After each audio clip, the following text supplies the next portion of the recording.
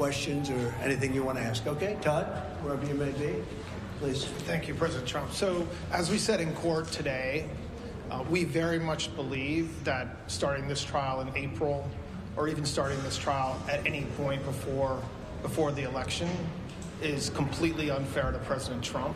It's completely unfair to the American people who are evaluating who they want to be the next president. And we are going to continue to fight.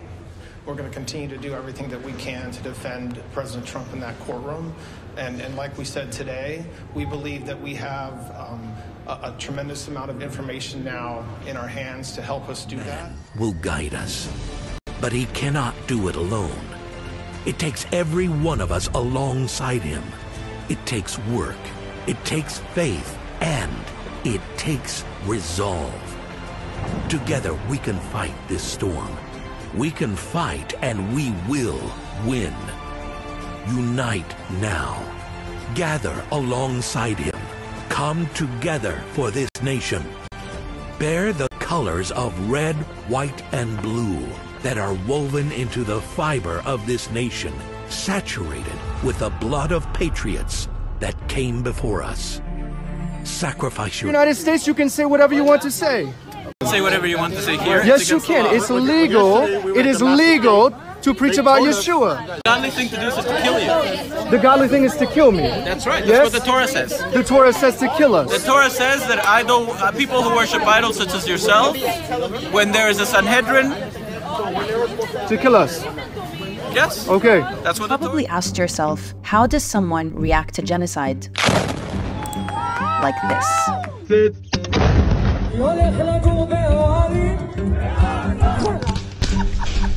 We your babies here. The answer is they've been conditioned to, and it starts in their education system. Here are 3 examples of how Israel teaches the dehumanization of Palestinians. According to this Israeli professor's research, Israeli textbooks show Palestinians, or Arabs as they're called, as caricatures of primitive farmers, hordes of refugees, or they're masked and painted as terrorists. Either Israel stops obliterating Gaza and killing so many innocent people in the process, or I'm not sure what the alternative is. You can read it politically, you can read it militarily, you can read it strategically, or you can read it from a point of view of human rights and international law, so long as it bears on human rights. Obligation number 1 is to honor the laws of war in what it's doing in Gaza. And obligation number 2, Israel has to provide humanitarian aid and assistance to the people of Gaza. Those are its 2 obligations under international law. The court also ruled that Israel is plausibly committing genocide, and there is no evidence whatsoever, 0 evidence, that since the court ruling, Israel has changed its tactics or its strategy in Gaza. I don't think people people believe what they believe, but I think it's more the addiction to arguing and the addiction to being angry. Like, no matter what the subject, people just hate each other if someone gives the wrong answer, the people who think it's the wrong answer hate your guts.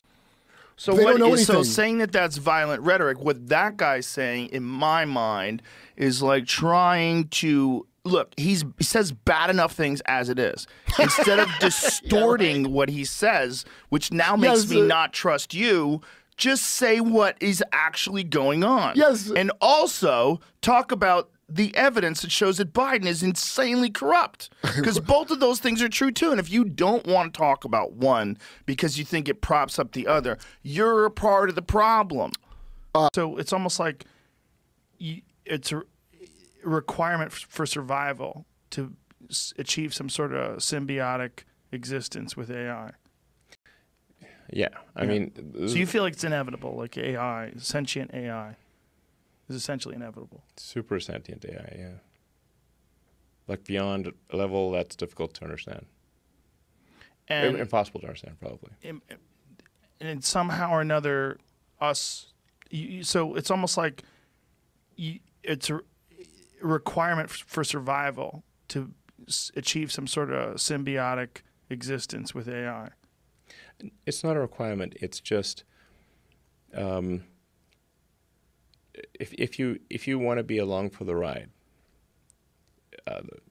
then you need to do some kind of symbiosis. Right. If there was a group of people who was promoting violence, there was some terrorist activity that was, spreading violence in some parts of the world, publicly posting things that any decent human being would disallow or wouldn't want to be posted. But in some other cases where we thought it would be crossing the line, it wouldn't be in line with our values of freedom of speech and protecting people's private correspondence, we would ignore those. And ultimately, I remain committed to a path forward that can lead to a two-state solution.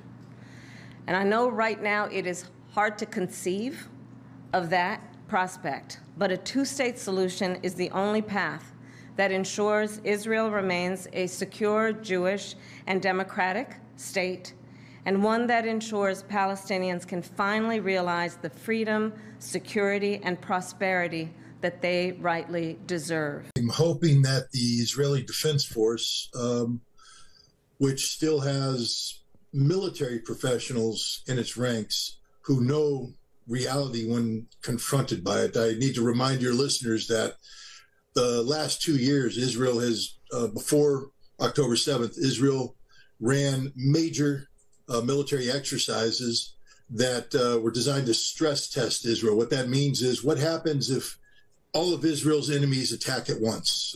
How will Israel defend itself? And what Israel realized is that they can't, that there is no defense, that Israel will lose if they do the total fight. And this is pre-Gaza, meaning that the two war games that Israel participated in, thought of, planned out, didn't take into account a Gaza in revolt. We come from Israel! Our people come from Israel! You have come from your people! Zionism is a political movement which is causing bloodshed. What are you talking about? That's where our family is from. I'm from Israel. How can you hold that flag? This is because the actions of the Zionist people, they are responsible. What are you talking about? That's where ancestors! We lived in a beautiful peace. What flag is that? How can you say that? You're a Jew! We lived in a beautiful peace with Palestinian people for hundreds of years. How can you say that? You're not a Jew! You're not a Jew! How dare you? How can you say that you're Jewish? How can you shame your own people? We're all Jews here. He was against Judaism. We're all Jews here. Yeah, so how are they saying that? Because they believe in God.